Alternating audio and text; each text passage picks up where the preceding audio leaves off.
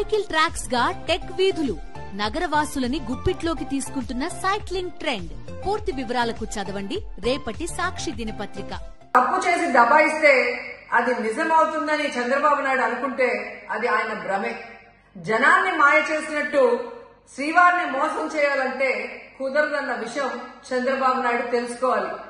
నిన్న జగన్ గారు తన తిరుమల పర్యటన మీద స్పష్టంగా ప్రెస్ మీట్ పెట్టడం జరిగింది. అయినా దాన్ని ఒప్పుకోకుండా చంద్రబాబు నాయుడు తప్పుల మీద తప్పులు చేస్తూ మళ్లీ మాట్లాడతాడు. జగన్మోహన్ రెడ్డి గారు తిరుమల రావడానికి భయపడుతున్నాడు, డిక్లరేషన్ ఇవ్వబడుతుంది కాబట్టి ఎస్కేప్ అవుతున్నాడు అని చెప్పి సూటిగా చంద్రబాబు నాయుడు గారికి చెప్తున్నా. చంద్రబాబు నాయుడు జగన్ గారి దమ్ము ధైర్యం గురించి రాష్ట్ర ప్రజలందరికీ బాగా తెలుసు.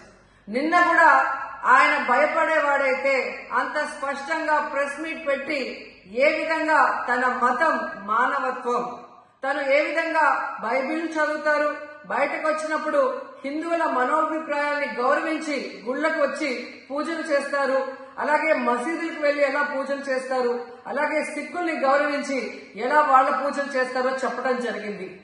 ఈ రోజు మీకు క్లియర్ గా తెలుసుకోవాల్సిన విషయం, మీకు దేవుడు అంటే భయం భక్తి లేదు కాబట్టి ఏంటనేది మీకు అర్థం కాదు. కానీ ఒక భక్తుడికి దేవుడి దగ్గరికి వెళ్ళాలి అన్నప్పుడు ప్రశాంతమైన వాతావరణంలో వెళ్ళాలనుకుంటాడు, ప్రశాంతంగా భగవంతుణ్ణి పూజించాలని అనుకుంటాడు.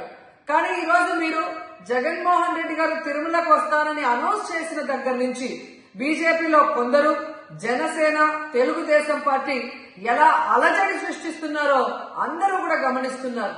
ఏ విధంగా అలిపిరి దగ్గర మేము అటాక్ చేస్తాం, అడ్డుకుంటామని చెప్పటం, అలాగే వైఎస్ఆర్ కాంగ్రెస్ పార్టీ నాయకులందరికీ, కార్యకర్తలందరికీ నోటీసులు ఇచ్చి జగన్మోహన్ రెడ్డి గారి పర్యటనకి పర్మిషన్ లేదు కాబట్టి ఎవరొచ్చినా అరెస్ట్ చేస్తామన్నట్టుగా భయభ్రాంతులకు మీరు ఎలా గురి చేశారు.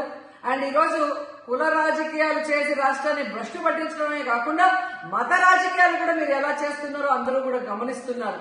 ఇలాంటి వాతావరణంలో దర్శనం చేసుకోలేము కాబట్టే జగన్మోహన్ రెడ్డి గారు ఏ విధంగా ఆ తిరుమల ట్రిప్ ని క్యాన్సిల్ చేసి తన అభిప్రాయాల్ని ప్రెస్ ద్వారా ప్రజలకి తెలియజేయడం జరిగింది.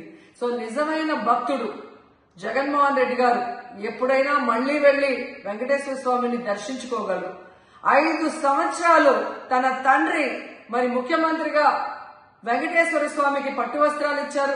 జగన్మోహన్ రెడ్డి గారు 5 సంవత్సరాలు మరి పట్టు వస్త్రాలు ఇచ్చిన తర్వాత ఈ నీచమైన రాజకీయాలు చేస్తూ డిక్లరేషన్ పేరుతో మీరు మాట్లాడుతూ ఎవరు అడ్డుకున్నారు అని చెప్పి మళ్లీ దిగజారుడు రాజకీయాలు చేస్తున్నారు. సో భగవంతుడితో పెట్టుకున్న చంద్రబాబు నాయుడు నీతో పాటు ఆడిస్తే ఆడే వాళ్ళందరికీ కూడా భగవంతుడు గట్టిగా సమాధానం చెప్తాడు.